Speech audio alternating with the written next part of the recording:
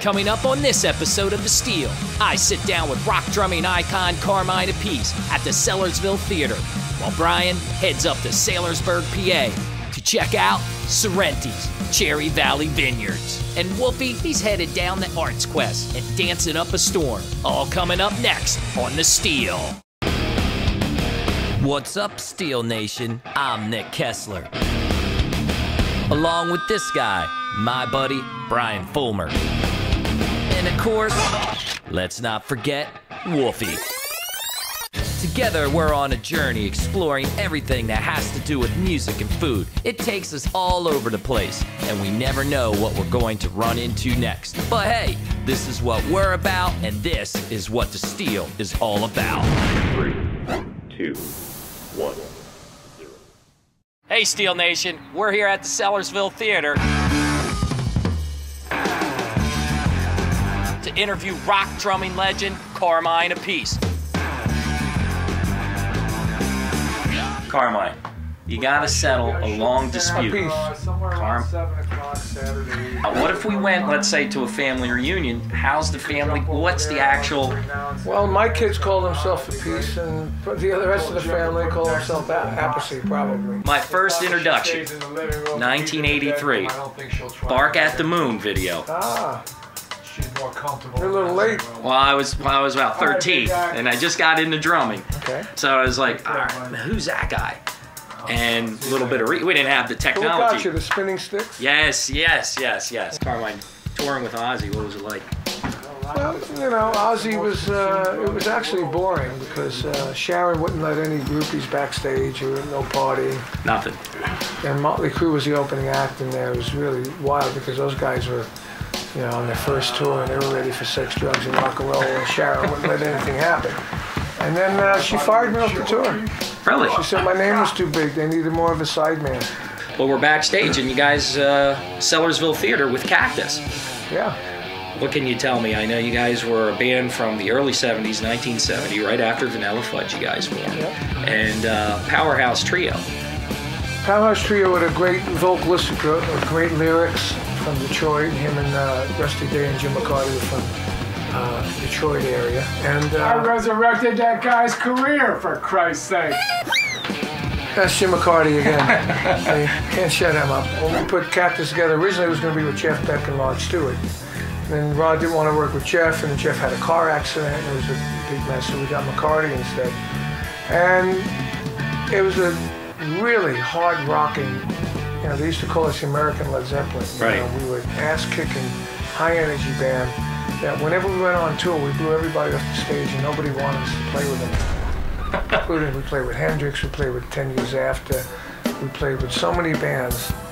Even The Who, the second gig we did, we blew The Who off the stage in Dallas. We influenced a lot of people, like Van Halen, AC/DC, you know, King's X, there's Ronnie Dio, Whitesnake, all these bands were Cactus fans, you know. When you really look at it from a rock and roll history perspective, in my view, I mean, you, to me, were one of the first drummers to come out and actually play like modern rock drummers play today.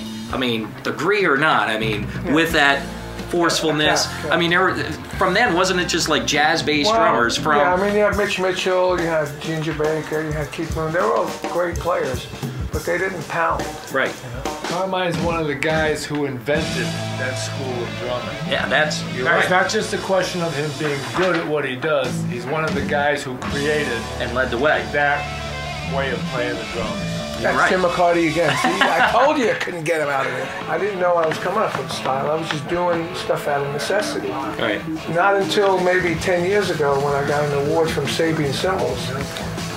This was the best rock drummer in the world. I said,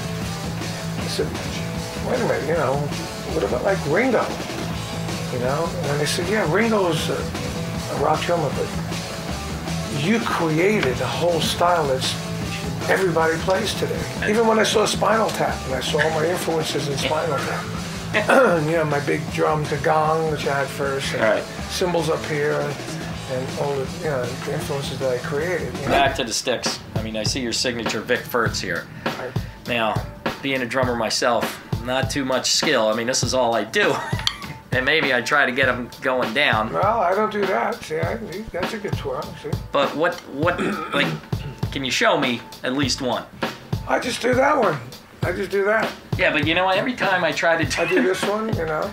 Now that one I don't know. You know, but see, I do twirls that you can do while you're playing. Carmine showed me some more. We talked stick spinning techniques. He was going up and down and this way and that way. And he said if you drop them on stage, it's okay. Then I brought out my vintage Gretsch snare drum. It was from 1967, right when Vanilla Fudge was hitting it big.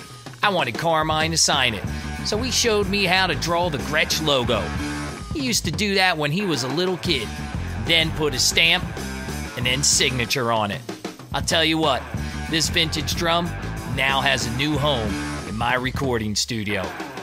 Being a teacher, I told my kids I'm going down to interview Carmine Appice, famous rock drummer, and what questions would you have for him? And out of the mouths of babes, it's pretty incredible sometimes. Here's one. This one's from Tommy Fetchel. Nothing to do with music. I told him, give me a question. Carmine, what is your favorite cookie? Famous Amos. Famous Amos. All right. Now, there's a second part to this first question. Do you like green gummy bears? No. All right. Now, this one's from 8th grader Jack Dorward. Again, don't get mad at me, Carmine. Do you cheat and use a double bass or a single bass drum when playing? I cheat with a double bass, and very well. 2007, I can remember. Sopranos episode ending. I watched it for years. Yeah. I mean, huge hype. Yeah. 3 times throughout Sopranos. Yeah, I know. They're using the Vanilla Fudge song. I know. Actually, Supremes. I didn't know either. Yeah, that was my question. Who do you know to get that on? Well, I didn't know. So, you know, we were at my girlfriend Leslie Gold, the radio chick, at her house in Connecticut. We were rehearsing there, and we said, you know what, the final episode of Sopranos time, let's make up some pasta and sit down and watch it. So we had a big bowl of pasta. I was sitting there with my pasta, and we turned it on, and I'm sitting there watching. I almost choked on my pasta. You know, on comes the Vanilla Fudge. You keep hanging on. So what do you do? I mean... Well, so I immediately called Atlantic Records and said, you got the license for it? And they said, yeah. But you were compensated for it, correct? Yeah. Okay. Yeah. I'd steal, there it is. Rock drumming legend, Carmine Appice. Carmine, thank you very much for coming on the show. I appreciate it. No problem. And now, back to bass.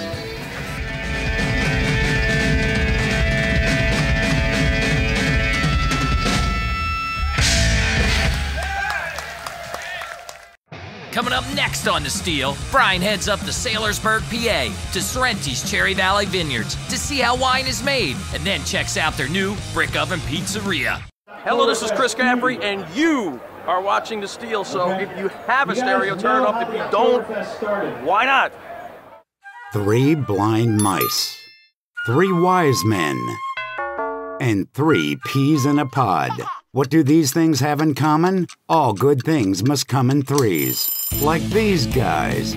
3 Brothers Beverage, located off Blue Valley Drive in Bangor, PA, specializing in all domestic and imported beers. Now featuring a Steel Season 2 promotional package. Get 1 30-pack of Bud Light for only $21.69. 3 Brothers Beverage, serving the community for over 2 decades. Offer valid through the end of March 2013.